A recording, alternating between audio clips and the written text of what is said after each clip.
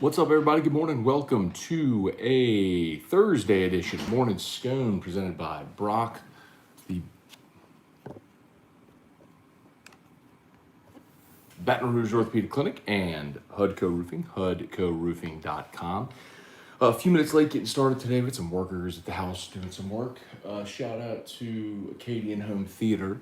Got Brian Knockhands getting our outdoor kitchen, which is almost done, to get the TV and all the AV, all that stuff set up tomorrow, or set up today. So we're close, very, very close to being like done with our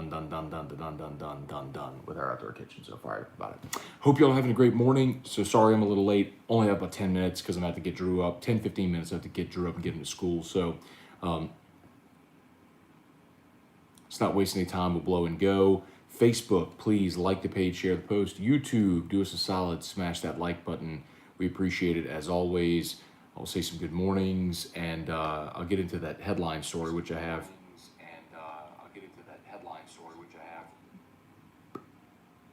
Oh man, this didn't charge at all last night.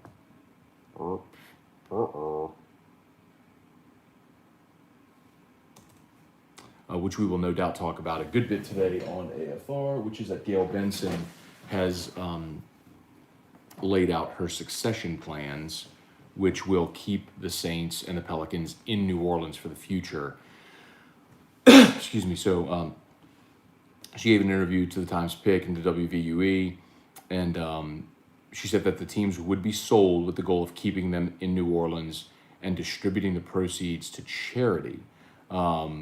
That arrangement has been approved by the NFL. That's apparently what the Buffalo Bills did with owner Ralph Wilson when he died in 2014.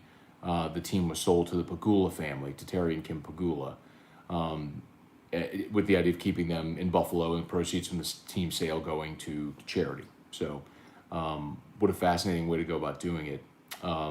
So Gail Benson's 74 years old. Dennis Lauscha, who's the president of the Saints, would serve as the executor or executor. I don't know if it's executor or executor. So forgive me for that. I really don't know. I don't know much about wills and succession and all that stuff of her estate. And the proceeds would be distributed to charities, as it said, that would benefit the people of New Orleans, including fields of education, healthcare, sciences, and humanitarian causes. So Gail Benson said, quote, "I can't take it with me. God gives us gifts, and this is a gift. I'm a steward for this organization, and we help other people with it. My wish is to scatter all the good and the gifts that God and Tom have given me to the city and community." That's incredible. Great way to think about it. So that's really cool, but it's also great to know that like the teams are going anywhere. As well. So good for her. It's I guess whenever you are a New Orleanian born and raised and you want to do right by the city and the place, the state that raised you, that's awesome. So good for her, because those teams, well, yes, she is the owner of the business. Those teams do belong to the city, the state, and the region. So that's great to see. Okay, let's see what y'all got, man. Fire away with questions. Stephen Miller, good morning, man. Hope you're doing well. Been a minute. Jason Truax, what's up? Hey, Dad, good morning. Jeff McKiffin, Lowell Cormier, morning. Sean Comiskey, good morning. Thanks to HUDCO for taking care of my parents in River Ridge. Our pleasure, Sean. Thank you for the opportunity, man. I know we have done a ton of work sort of in the river region. If it's River Ridge, Luling, Destrehan, all that area, Laplace, and then farther south into Lafourche, the Terrebonne, all the Bayou region. So we've done a ton of work there, and thrilled to do it, and we'll help many more people. So thank you, Sean. Roy Esau, what's up, man? Good morning.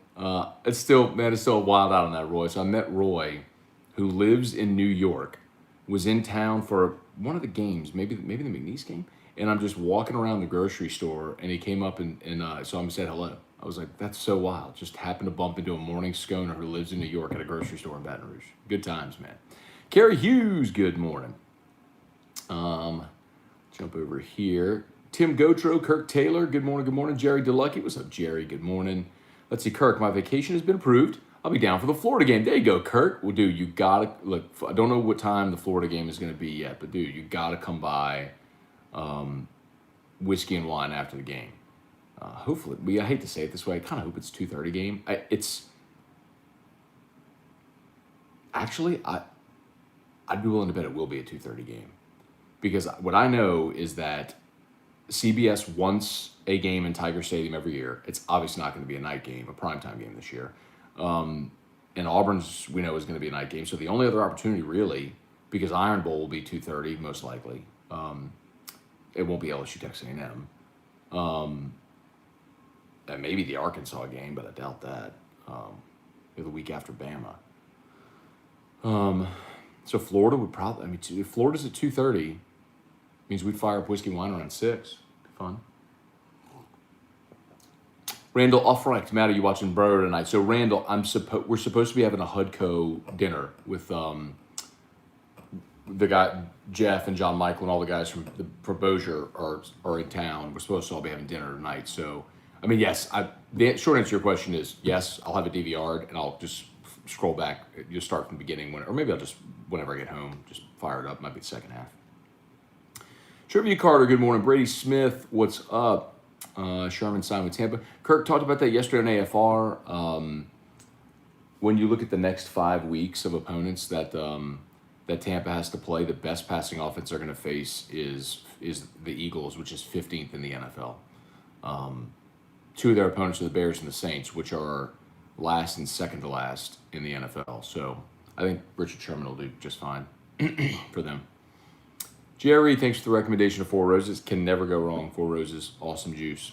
Bill Smith, what's going on with Stingley? He's got a foot injury, and he's going to see a specialist. So I'll continue to say, man, like Derek has a lot on the line, man. He is just a few months away from immense wealth, and he should take every necessary precaution. So make sure you're right before you get back on the field. I don't blame him one bit. And you know what, man? That's okay. I like Ricks, and I like McLaughlin, and I like a lot of the guys that LSU has. And if Stingley never plays again, you know what LSU fans should do? They should cheer him forever because of what he was in 2019 on the greatest football team that the sport has ever seen. Greatest college football team ever, and he was a consensus All-American as a true freshman. I mean, incredible. So,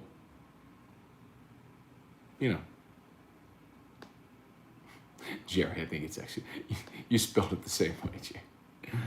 Jesse Brown, morning, Matt. Do you think the Saints address the wide receiver position when Thomas comes back? Jesse, I think the short answer is they're always looking to improve the roster. If there's a way to do that, you do it. Remember, Traquan's going to come off of IR, and Mike Thomas will come off of PUP. And so you'll have those 2 guys, those 2 with Marquez Callaway as a 2 or 3 if he leapfrogs Traquan. Deontay Harris, who's proven more than serviceable. Kenny Stills got some targets last week. I think they have pass catchers.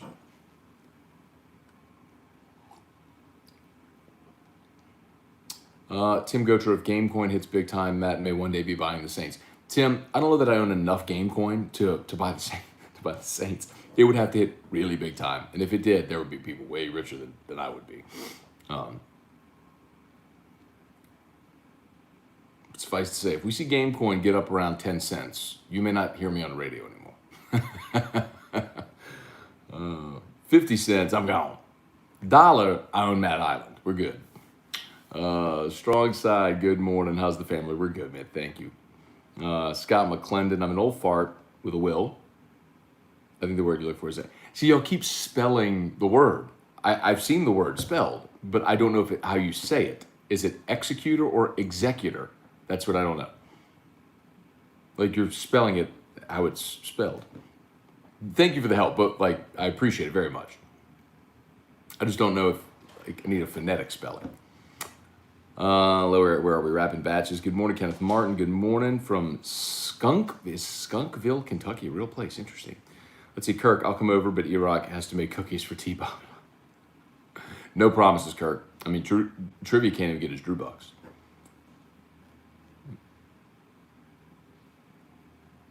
Executor. That's it. Okay. Executor. That's it. An executor of the estate. Got it. Thank you, Tim. Let's see. Shelby. Hate the way fans can be at times. Like, I get it. I want the best corner in college to play too, but to poo-poo the kid is ridiculous. Yeah, Shelby, I mean, and it's... Sorry, Shelby.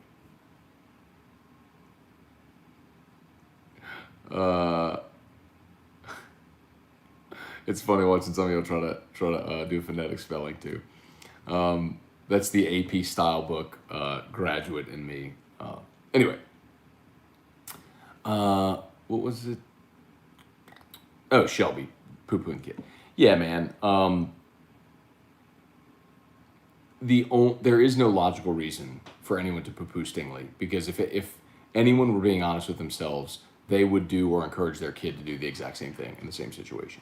But most of us will never be in that situation, so it's really impossible to put yourself in his shoes. But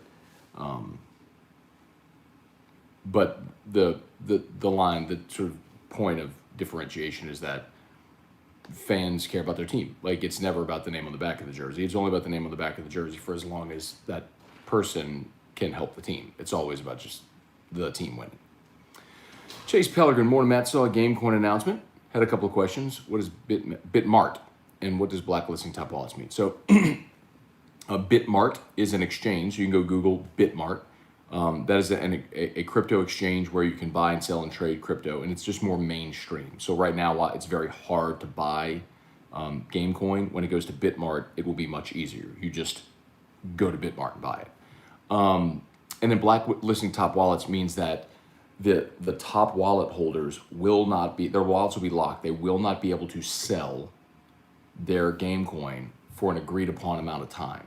And effectively what that does, Chase, is it prevents a pump and dump. It prevents all the people who got in real early, who have, millions and millions and millions of coins, from just selling right now and completely dumping the price. The top 20, whatever people who control, maybe a giant percentage of the total supply. Like, let's say if the top 30 people have 25, 30%, 40% of the supply. I don't know if that's the exact number, but if they lock those wallets, it effectively prevents that coordination, a coordinated dump of the price, where they all just at the same time pull out and take their profits, and it dumps the price.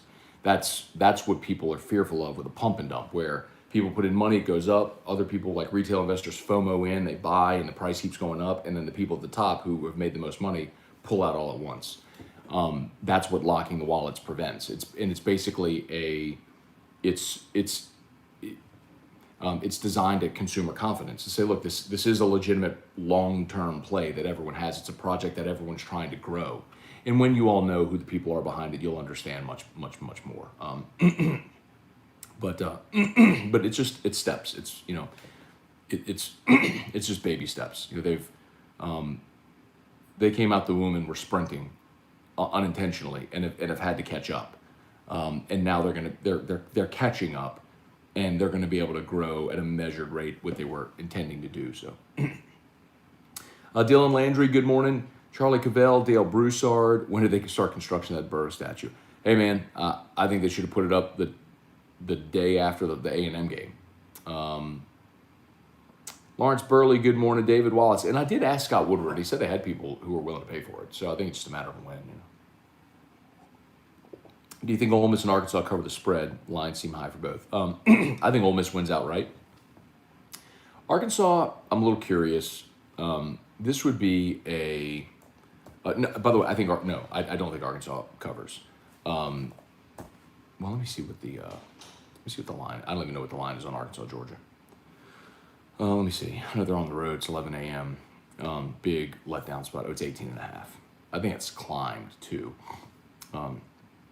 I'd probably stay away from that spread, but I certainly like Georgia to win. But I think Ole Miss wins outright. Let's see. Yeah, man.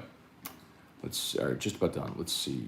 Do pump and dump. That's what it's called. Called pump and dump. You pump the price and then you dump it. All right, I got to get going because I got to get Drew out of bed. We know the word of the day. Kirk, does the game coin require app download, or you can do all the process over a laptop?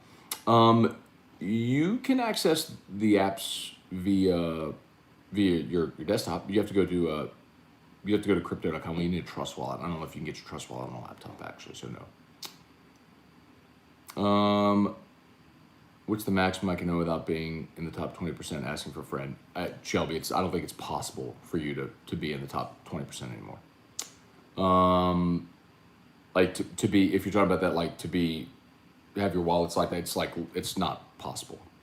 I guess, well, I shouldn't say it's not possible, but you'd have to come in with like literally millions of dollars at this point. Yo, you need to get in here? I'm about to wrap up. Am I good to go ahead and go in that attic space? Right I'm about to wake him up right now. Okay. I'm gonna wrap up this show I'm doing, and I'm gonna go in there. But yeah, if you wanna, I'll come in there and flip on the light so he's not startled. Yeah. All right, guys, I gotta get rolling. As always, shout out to Brock, Hudco. We appreciate y'all. Have an awesome day. Peace. Locked on LSU, AFR 3. See ya.